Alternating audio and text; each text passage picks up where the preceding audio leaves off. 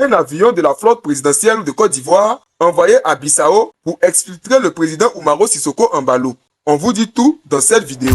Une rumeur persistante circule depuis le 26 novembre 2025 affirmant qu'un avion de la flotte présidentielle ivoirienne aurait atterri à Bissau dans le but d'exfiltrer le président Umaro Sissoko Embalo, renversé le même jour par une junte militaire. Après vérification, aucune source officielle ou crédible ne confirme cette information malgré la gravité de la situation politique en Guinée-Bissau. Le mercredi 26 novembre, un groupe de hauts responsables militaires s'est autoproclamé au commandement militaire pour la restauration de la sécurité nationale et de l'ordre public, annonçant la destitution du président Umaro Sissoko Embalo. Dans un communiqué diffusé dans la soirée, les putschistes ont confirmé la prise totale du pouvoir, la suspension du processus électoral, la fermeture immédiate des frontières aériennes, maritimes et terrestres, ainsi qu'un blocage strict des mouvements dans le pays. Dans un bref entretien relayé par les médias locaux, Umaro Sissoko Embalo a affirmé avoir été arrêté dans son bureau au palais présidentiel et conduit à l'état-major. Il n'a évoqué ni tentative de fuite ni évacuation vers un pays voisin.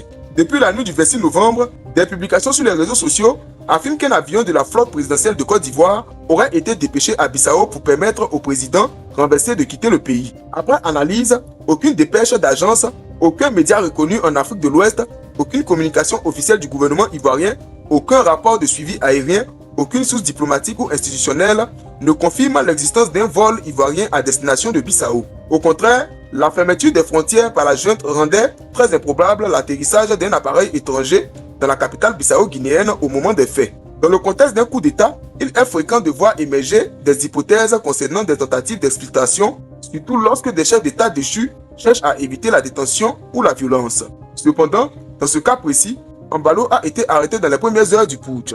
Aucun mouvement aérien exceptionnel n'a été observé. Aucun allié régional n'a évoqué une opération d'évacuation. La rumeur semble donc relever davantage de la spéculation que d'un fait avéré. À ce stade, l'information selon laquelle la Côte d'Ivoire aurait envoyé un avion pour exfiltrer Umaro Sissoko Embalo demeure non confirmée. La situation en Guinée-Bissau reste néanmoins très évolutive et de nouvelles données pourraient émerger dans les prochains jours.